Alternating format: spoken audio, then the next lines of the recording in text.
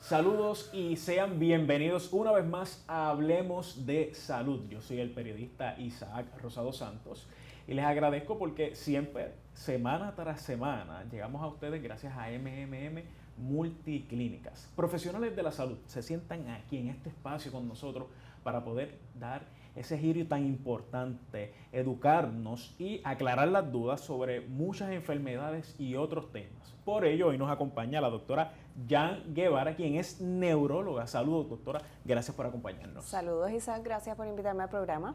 Yo quisiera que comencemos, doctora, porque dentro de mis notas me llamaba mucho la atención que un tema que comúnmente conocemos como demencias y que afectan a muchas de personas de la edad avanzada. Pero yo quisiera que comencemos hablando sobre cuáles son las funciones cognitivas. Ok, un tema muy interesante, muy importante para abordar en el día de hoy, especialmente en el área de la neurología. Las funciones cognitivas, Isaac, vienen todas del cerebro, ¿verdad? Okay. La cognición. Hay diferentes áreas de la cognición, como lo es la orientación, el estar alerta, lo que es la memoria.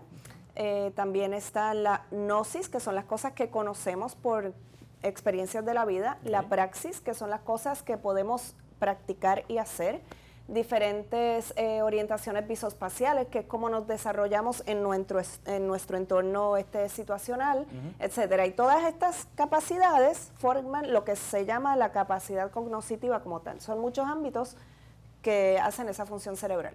Súper. Si un radio escucha que nos sintoniza a esta hora, le preguntara, doctora, ¿cuál usted entiende que son entonces estas funciones cognitivas las más importantes que tiene el ser humano? En realidad es un conjunto de todas, ¿verdad? Okay. Tenemos que tener un buen funcionamiento, un adecuado funcionamiento de cada una de esas funciones cognitivas para tener un desarrollo neurológico óptimo. Ok. Me llamaba mucho la atención también por el hecho de que se pudieran ver afectadas. ¿A qué se refieren los profesionales cuando hablan de los desórdenes demenciales? Ok. Los desórdenes demenciales, y voy a hacer una pausa aquí, ¿verdad? Cuando llegan pacientes a la oficina para evaluación de memoria, siempre se les dice, ok, pues estás aquí para una evaluación, para un diagnóstico de demencia. Okay. La palabra demencia tiene una connotación, o tenía, todavía le queda rastros de esto, de una connotación como si estuviéramos hablando de algún tipo de locura, ¿verdad? De algún tipo de trastorno psiquiátrico. Claro. Y en realidad la demencia es un término neurológico, un término médico que utilizamos para describir estas condiciones en las cuales hay un tipo de déficit en alguna de las áreas cognitivas del cerebro que no está funcionando bien. Por lo tanto, todas las áreas son importantes. Y hay diferentes tipos de demencia, ¿verdad? Cuando estamos hablando de demencia, venimos con un problema de memoria, tenemos que evaluar cuántas áreas o qué áreas están afectadas, cómo empezó la afección en el paciente, qué vino primero, si vino el problema de memoria, si vino el problema visoespacial, si vino el problema en la praxis o en la gnosis, y entonces eso nos va dejando saber qué tipo de demencia tengo, ¿verdad? Porque aunque la más común es la demencia tipo Alzheimer, no todo lo que tiene problemas de memoria o problemas en la cognición significa que tengamos Alzheimer. Hay otras demencias como es la demencia frontotemporal, la demencia de Pick's, la demencia vascular, la demencia por Huntington, etcétera. Hay una gran gama de demencias y todas tienen sus características peculiares. Wow, es interesante, doctora. Y yo quisiera preguntarle dentro de esa línea, ya con los pacientes, por ejemplo, que pudiéramos calificar como adultos mayores, ¿hay una edad en que uno pueda ya recomendarle una evaluación o se evalúa ya de poder ver algunas señales? Ustedes como profesionales decir, bueno, yo sugeriría que se le hiciera alguna evaluación a este paciente. Es una excelente pregunta, es una excelente pregunta. No hay una edad que nosotros digamos, mira, a los 58, a los 60, a los 65 años se recomienda que vayas a un neurólogo hacerte una evaluación para ver si tienes algún tipo de problema cognitivo. Sin embargo, nos dejamos llevar por lo que es nuestro entorno regular, nuestro entorno en donde nos desenvolvemos en nuestra vida. Tenemos algunos problemas de repetición, algunos problemas de memoria.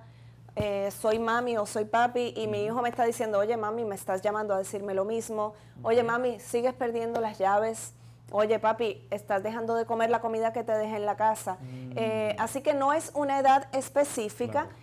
Es más bien cuando empezamos a ver problemas. Y no vamos a empezar a esperar a que esos problemas estén avanzados. En realidad a nosotros nos fascina ver estos pacientes. De hecho, preferiblemente los queremos tomar en la etapa más temprana posible, claro, para evitar progresión, que de eso vamos a hablar un poco más adelante.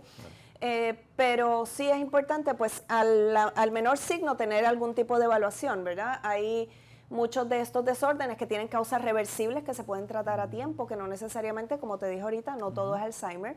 Okay. Hay algunas deficiencias de vitaminas, problemas de tiroides que se manifiestan como problemas de memoria, y eso es importante atenderlo a tiempo. Claro.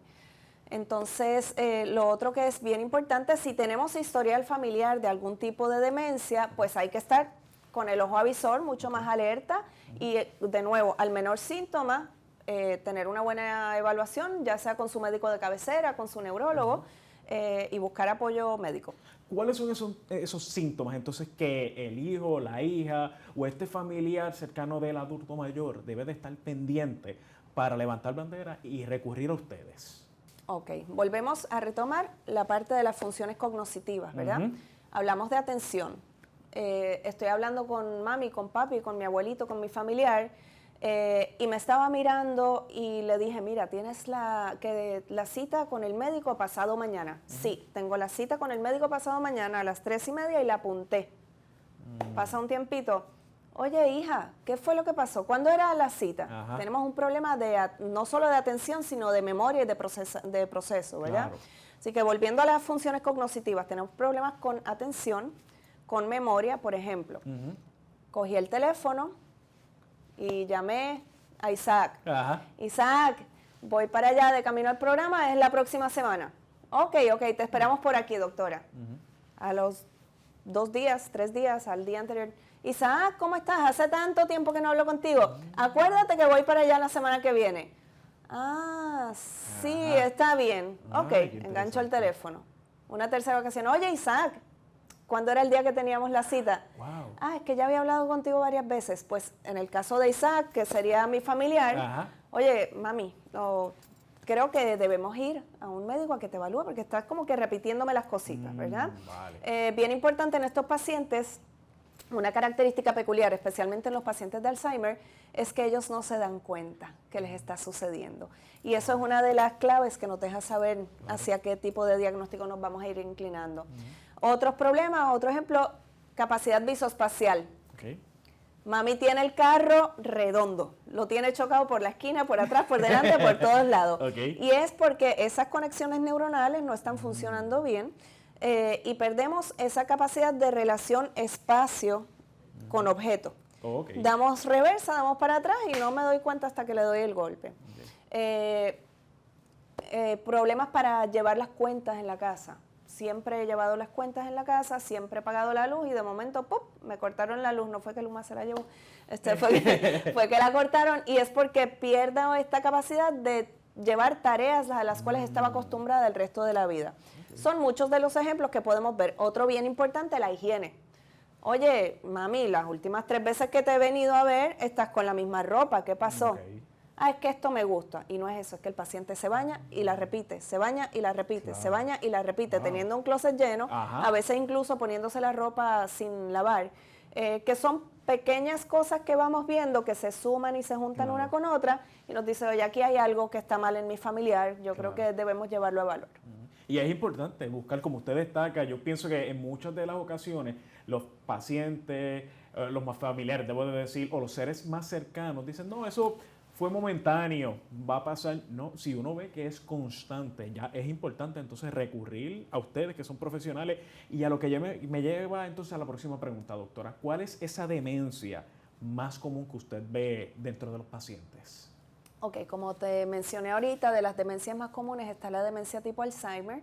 Okay. Hay otros tipos de demencia, como la vascular, que es la que ocurre cuando nos dan pequeños derrames, lo que le llaman, okay, muchos derrames, y entonces hay otro tipo de clínica. Okay. Pero la más común es la demencia tipo Alzheimer.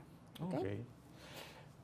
Cuando el paciente llega con su familiar, su cuidador, este proceso de no solo atender al paciente, sino también a esta persona que está ahí mano a mano? ¿Es difícil y cuán vital puede ser el rol que tiene dentro de la educación y del tratamiento que va a estar recibiendo este paciente? El rol de la familia es crítico. No solamente, y uso la palabra crítico con un propósito, no solo es importante, es crucial. Muchas veces, y me ha sucedido en las clínicas, llega un paciente y se sienta, buenos días, soy la doctora Guevara, ¿cómo estás, fulanito? ¿Cómo te puedo ayudar? Yo no sé por qué vengo. Ok. Y entonces empezamos con este proceso de la entrevista y cuando empiezas a hablar con el paciente es que te das cuenta que hay algo que no está, que en su cognición no está cuadrando bien. Pero no puedes obtener un historial completamente bueno porque es un paciente que tiene problemas de memoria, que va a evaluar memoria y entonces viene esta dicotomía, ¿verdad? Cuando tenemos apoyo familiar, y esto es la parte más importante de por lo menos lo que es la entrevista inicial a nivel neurológico, llega el paciente con el familiar y el familiar es nuestra herramienta más valiosa para saber qué está ocurriendo en el hogar. Yo no vivo con el paciente, ¿verdad? Yo no sé qué está haciendo ese paciente, yo no sé sus hábitos alimenticios, yo no sé sus hábitos de higiene, yo no sé sus hábitos de tomarse las píldoras que se tiene que tomar, sus hábitos de comer, etcétera. Pero su familiar sí.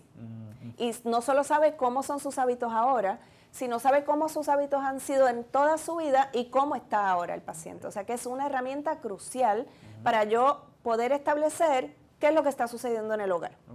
Eso como número uno. Como número dos es extremadamente importante porque en pacientes con demencia que presentan todo este tipo de problemas cognitivos, que a veces se pueden poner agresivos, que se pueden tornar llorosos, que se frustran, ¿verdad?, con todos los problemas, que no reconocen su propia enfermedad en muchos casos, el familiar sufre muchísimo, sufre enormemente viendo a su ser querido declinando y yendo hacia atrás en memoria, en función, etcétera.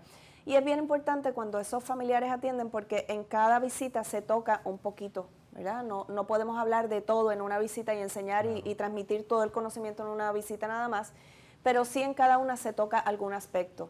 Y entonces se le da un proceso educativo con el familiar para que el familiar pueda entender que esto es una enfermedad.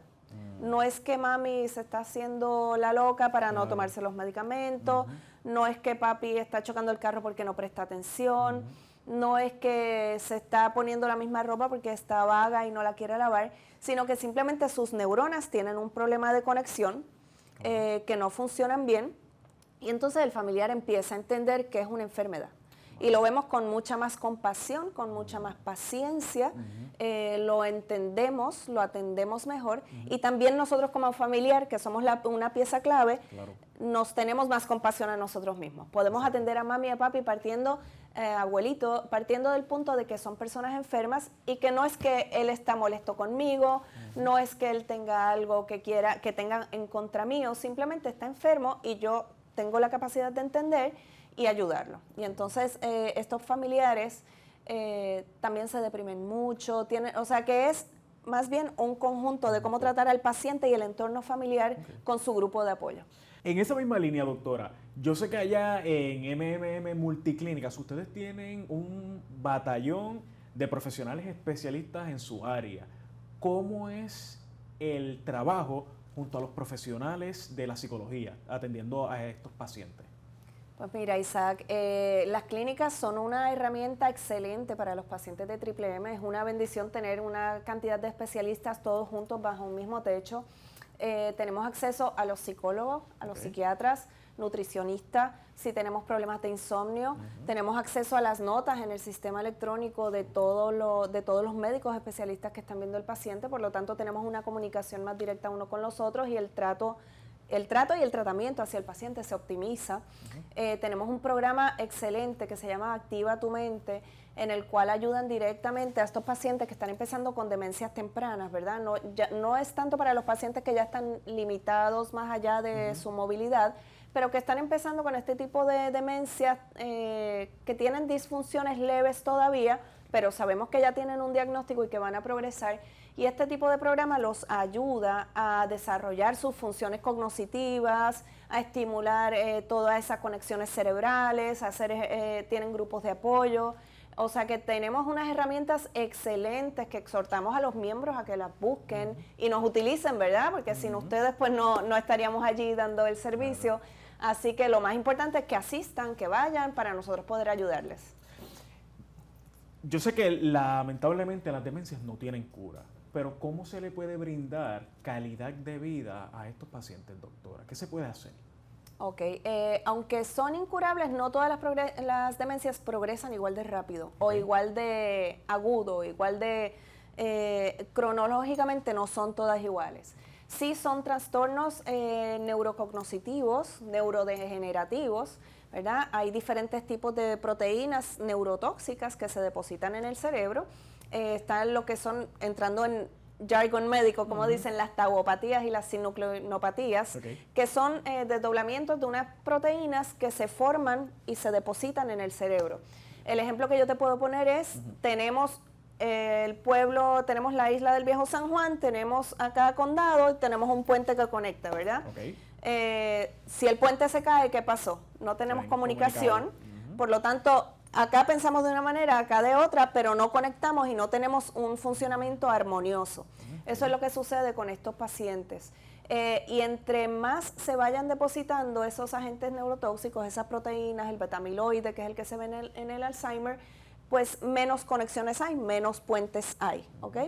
Que esta es la importancia del tratamiento temprano para entonces darle un retraso a cuán rápido o cuán grave va a progresar esa enfermedad y mantener más puentes activos que conecten esas neuronas, por lo tanto las funciones van a estar mejor, vamos a tener no es que se vaya a quitar, ¿verdad? Lo que ya perdimos, los puentes rotos no se vuelven a construir. ¿Okay? Ya lo perdido está, pero evitamos que progrese rápidamente. Y entonces le damos una mejor calidad de vida al paciente, ya que pretendemos que de la etapa temprana a la etapa severa, extender ese tiempo. Ya cuando llegamos a una etapa severa, estamos viendo un paciente que no reconoce a sus familiares, que se torna un poco más hipoactivo, que quizá ya no desea salir de la cama, ya no quiere moverse, ya no se quiere alimentar por sí solo, se le olvida que necesitamos ir al baño, ¿verdad? Y empieza a hacerse sus necesidades encima.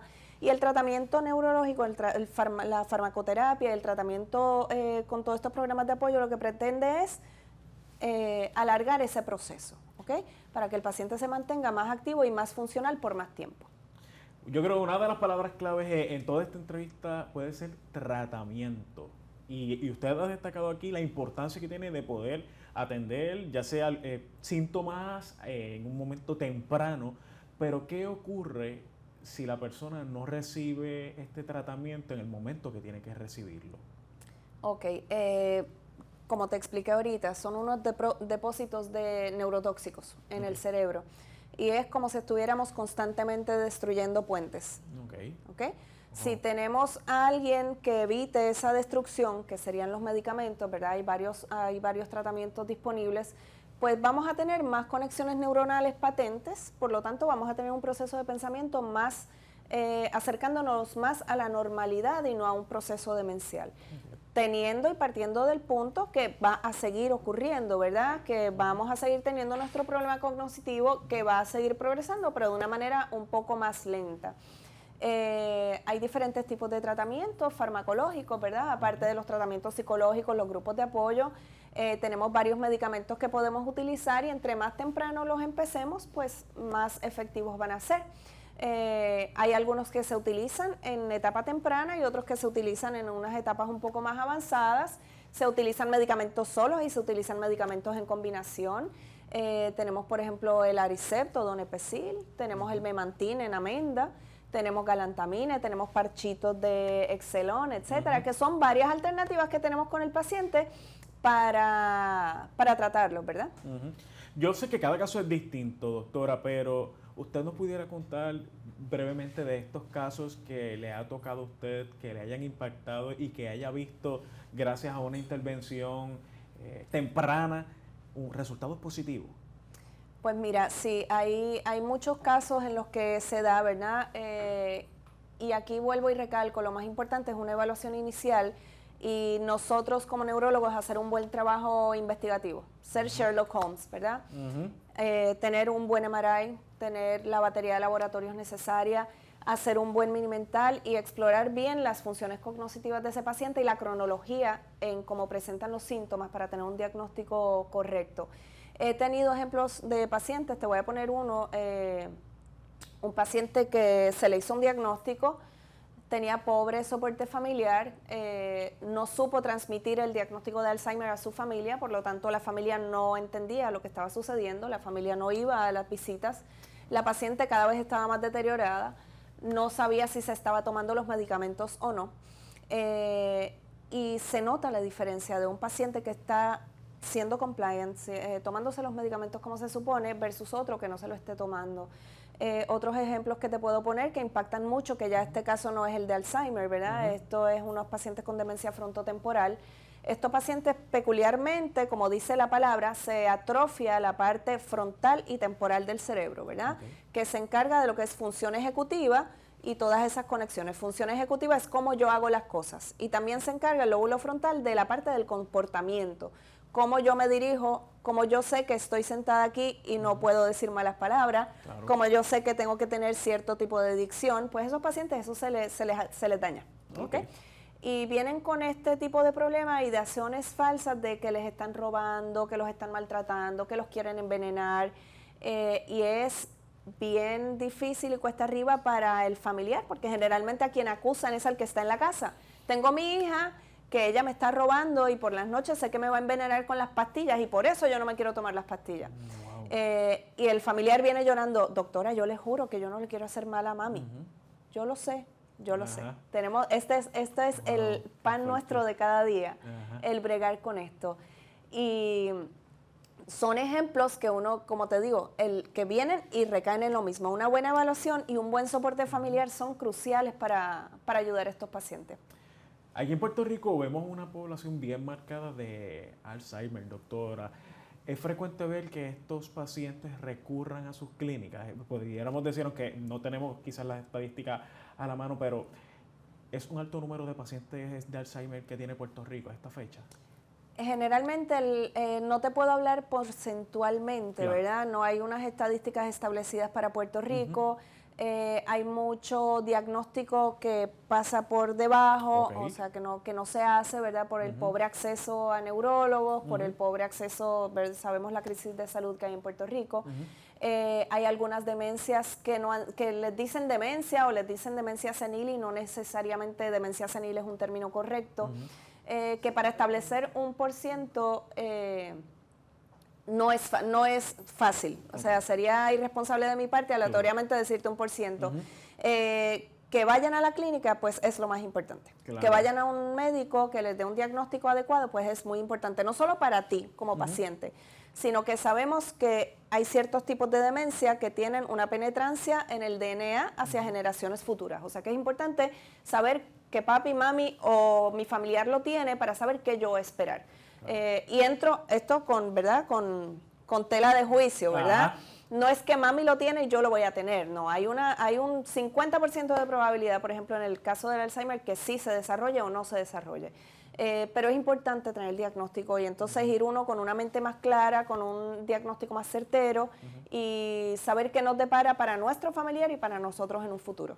Importante también el rol, y quiero hacer hincapié en este punto, del rol del cuidador, del familiar, porque hemos hablado aquí con otros profesionales lo que es ese síndrome de quemazón, que se experimenta, que a veces quieren colgar los guantes y no, hay diferentes ayudas, hay herramientas que usted tiene para poder, sabemos que no es nada fácil, pero para poder atender a estos pacientes. ¿Ustedes lo ven allá, doctora, este síndrome de quemazón por parte de estos cuidadores?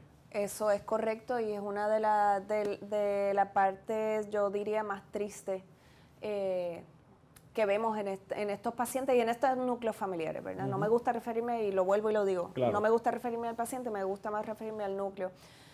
Obviamente, si usted está cuidando a es como cuidar un niño de 2 años que se mantiene de 2 años todo el tiempo en un cuerpo de adulto. Wow. Es difícil, es Sí, difícil. Porque el adulto sabe que se puede mandar, el adulto sabe que se puede mover, el adulto sabe, pero tiene la cognición de un niño más pequeño y no sabe llevar a cabo las funciones cognitivas necesarias. Mi consejo para estos familiares, ¿verdad? Claro. Hay herramientas de apoyo. Tenemos que reconocer cuando nosotros nos sentimos agotados, porque nosotros no podemos dar si estamos drenados completamente. Tenemos que recargar batería y con esa batería entonces meter mano, como dicen por ahí. Claro. Hay cuidados diurnos en donde se puede, no todo tiene que ser, es que no quiero llevar a mami a un nursing home, es que no quiero llevar a papi a un nursing home, yo quiero tenerlo en casa, fantástico. Y cada núcleo familiar es una historia diferente.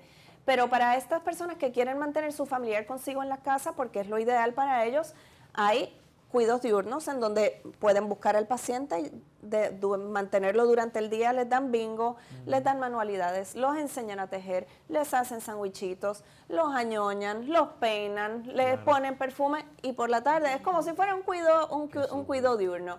Está la posibilidad también hay otros programas que se llaman Respira, ¿verdad? En el cual envían al paciente por uno o varios días y entonces el familiar puede tener un respiro, ¿verdad? Por eso es que se llama así. Y también están los cuidos, en donde se puede llevar al familiar y entonces visitarlo. Bien, también yo le recomiendo mucho a los familiares, aparte del tratamiento psicológico para el paciente, ya cuando el paciente está más avanzado, que la función cognitiva está demasiado deteriorada, muchas veces les recomiendo ir a ellos mismos al psicólogo y tratarse ellos mismos, ¿verdad? Para entonces respirar, responder y poder apoyar. Otra cosa bien importante con ellos es la parte legal, ¿verdad? Ya cuando un paciente está en una demencia avanzada, en la cual sus funciones cognitivas están totalmente deterioradas, tenemos un mini mental, que es como nosotros medimos la escala de demencia bajito, es bien importante saber que al igual que tenemos disfunción en la casa, tenemos disfunción para otras cosas. Por ejemplo, cogí mi ATH, saqué los chavos, perdí los chavos, o le di la ATH al vecino para que él porque no entendemos que lo que estamos haciendo es erróneo. Y ya entramos en lo que es una discapacidad, ¿verdad? Una incapacidad, y se incapacita al paciente. Es bien importante nosotros identificar en qué momento vamos a hacer esa incapacidad, porque si su familiar cae en el hospital, le dio una pulmonía y cae en el hospital, usted tiene que ir al banco a sacar los chavos de su familiar para pagar la luz, para pagar el agua, para pagar el mantenimiento. Usted no va a poder hacerlo, porque usted no es el dueño, el tenedor de esas cuentas. O mami se enfermó, pasó esto, y usted no puede ir a hacer un reclamo a la luz. Es bien importante ya cuando llegamos a esa etapa de discapacidad, hacer lo que nosotros le llamamos certificación de condición. Se certifica: fulano de tal es mi paciente desde tal tiempo y tiene un diagnóstico de tal y tal, y entonces tiene una discapacidad mental, de la cual se beneficiaría el paciente de tener un proxy legal o alguien que lo represente en caso de tener alguno de estos problemas. Y me gusta tocar eso y decirlo porque es algo que muchas veces no lo sabemos hasta que lo vemos venir. Y muchas veces lo ideal, ¿verdad?, es prevenirlo y preverlo y tener los documentos ya listos antes de que nos llegue la tormenta encima. Bueno, doctora, a mí me ha parecido fascinante toda esta conversación y yo sé que aclara muchas de las dudas de quienes nos sintonizan a esta hora. Yo quiero que se repita y le agradecemos que haya estado aquí con nosotros en Hablemos de Salud. Muchas gracias. Bueno, si usted quiere más información, si usted quiere coordinar una cita, puede comunicarse, apunte bien este número que lo tenemos por aquí, el 787-522-2482, en un horario de lunes a viernes de 7:30 de la mañana a 5:30 de la tarde. Ya no nos queda tiempo para más, nos vemos la próxima semana en Hablemos de Salud. Gracias por su sintonía.